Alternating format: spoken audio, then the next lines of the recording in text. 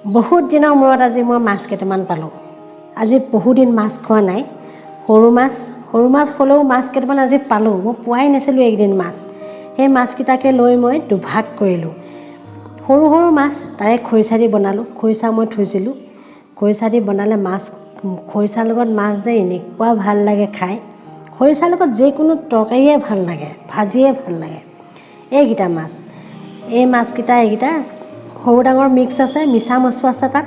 এইকেইটা বাচিম, বাচি পেলাই মই সৰু আৰু ডাঙৰ দুভাগ কৰি পেলাম। বাচি যাওঁতে সৰু সৰু ভাগে থ'ম, ডাঙৰ ডাঙৰ ভাগে থ'ম।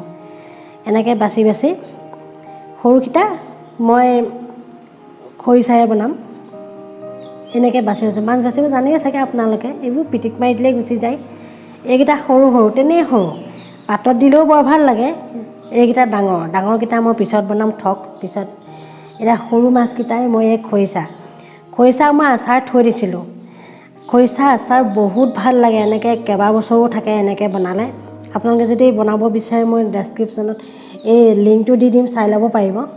তাৰে মই ইয়াৰে অলপমান লৈছোঁ খৰিচা, তাৰে সৰু মাছখিনিৰ লগত ভাজিম। খুব মজাৰ লাগে খাই। ইয়াতে গোটেইখিনি দিয়াই আছে। ইয়াতে মানে আদা নহৰু মছলা দিয়া নাই মই ইয়াত। আদা নহৰু, তাৰপৰা ভিনেগাৰো আছে, ইয়াতে জলকীয়া আছে, চব আছে, বিশেষ বস্তু নাই। সাধাৰণতে খৰিচা এই মছলাবোৰ দিলে বেয়াহে আকৌ, ইয়াত মই নিদিওঁ। তাৰপৰা ইয়াতে আৰু পিঁয়াজ লৈছোঁ এফাল আৰু আদা নহৰু অকণ বটি লৈছোঁ, বিশেষ বেলেগ নাই। জলকীয়াটো সেই আচাৰত আছেই, গতিকে আৰু দিব লাগিলে মস্ত জ্বলা হ'ব। আৰু নেমু টেঙা অকণ চেপি দিব লাগিব। টাৱাখন পাতিছোঁ, পাতি তেল দি দিছোঁ। তাৰপৰা ইয়াতে গোটেইখিনি দি দিলোঁ, ভাজিলোঁ। ভাজি পেলাই বেছি সময় নাভাজব। ইয়াতে মই হালধীয়া নিমখ অকণমান ইয়াতে দি ল'ম। অকণমান হালধি, সাধাৰণতে মই তেলত হালধি নিদিওঁ, কিন্তু আজি মই অকণমান দিছোঁ। নিমখ আৰু হালধিখিনি ইয়াতে দি বেছি সময় নাভাজোঁ। অকণমান ইলতি কৰি ইয়াতে মাছকেইটা দি দিম। মাছখিনি দেই যাবৰ কাৰণে মই পিছত দিছোঁ। মাছখিনি তেলতে দি দিলে এইবোৰ মানে খাবলৈ টেষ্টি হয়, কিন্তু বেয়া।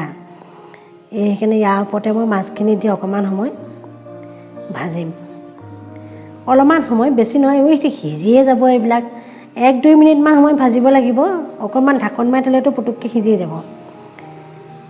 খৰিচাৰ লগত একেলগতে ভাজিলে বেছি টেষ্টি হ'ব। এতিয়া মই ভাজি দিম। খৰিচাখিনি আচাৰ হৈ আছে যিহেতু, সেইকাৰণে মই অলপ পাছত দিছোঁ।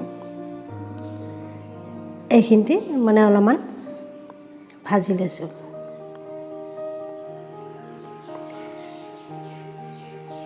প্ৰায় 2-3 মিনিটমান সময় ভাজিছোঁ। এতিয়া মই জলকীয়া গুড়ি অকণমান দি দিছোঁ। জলকীয়া গুড়ি মানে এইটো কাশ্মীৰ চিমলা মিৰ্চ, ৰংটো ধুনীয়া হ'বৰ কাৰণেই দিছোঁ, জ্বলা নাই। জ্বলা মোৰ এই আচাৰখিনিতে যথেষ্ট আছে, সেয়া জ্বলাই হৈ যাব। তথাপিতো আপোনালোকে যদি খাব বিচাৰে দি ল'ব সৰহকৈ অকণ। কিন্তু কেঁচা যদি খৰিচা বনায় তেতিয়াহ'লে গোটেইখিনি দিব লাগিব। আদা নহৰু অকণ সৰহকৈ দিব লাগিব, পিঁয়াজো দিব লাগিব, এনেকৈ জলকীয়া দিব লাগিব। কিন্তু মই আচাৰত আছেই যিহেতু, সেইকাৰণে মই এনেকৈ আচাৰখিনি বনাই থৈ দিলে গোটেই বছৰ দিন ধৰি মানে খাই থাকিব পাৰে। এতিয়া আকৌ নতুনকৈ গাজ ওলাব হ'লেই নহয়। নতুনকৈ গাজ ওলাব, মই বনাম এইকেইদিনতে। আহিবই গাজ, বহাগৰ পিছৰ পৰা এইটো গাজ ওলাবই আৰু, বৰষুণ দিলেই ওলাব। ইয়াতে এতিয়া ভালদৰে মিক্স কৰি অলপমান ভাজিব লাগিব। ভাজিলে ভাল লাগে মানে।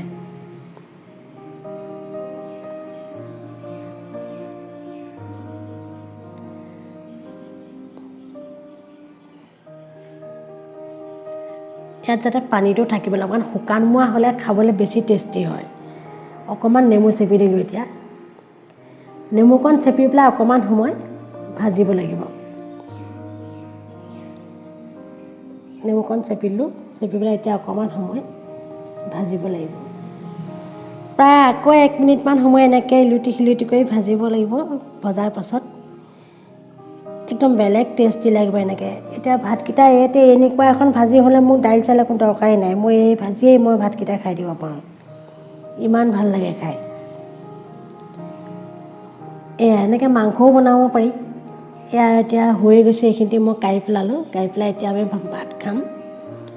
আপোনাক এবাৰ ভিডিঅ'টো চাই কেনেকুৱা পাইছে বাৰু ভাল লাগিছেনে যদি ভাল লাগিছে তেতিয়াহ'লে লাইক এটা কৰিব আকৌ যদি নতুনকৈ আহিছে মোৰ চেনেলটো ছাবস্ক্ৰাইব কৰা নাই তেতিয়াহ'লে ছাবস্ক্ৰাইব কৰি দিব আৰু লগতে ওচৰতে থকা সেই বেল আইকনটো টিপি দিব গতিকে এনেকুৱা ভিডিঅ'লৈ মই আকৌ আহিম আজিলৈ আহিছোঁ নমস্কাৰ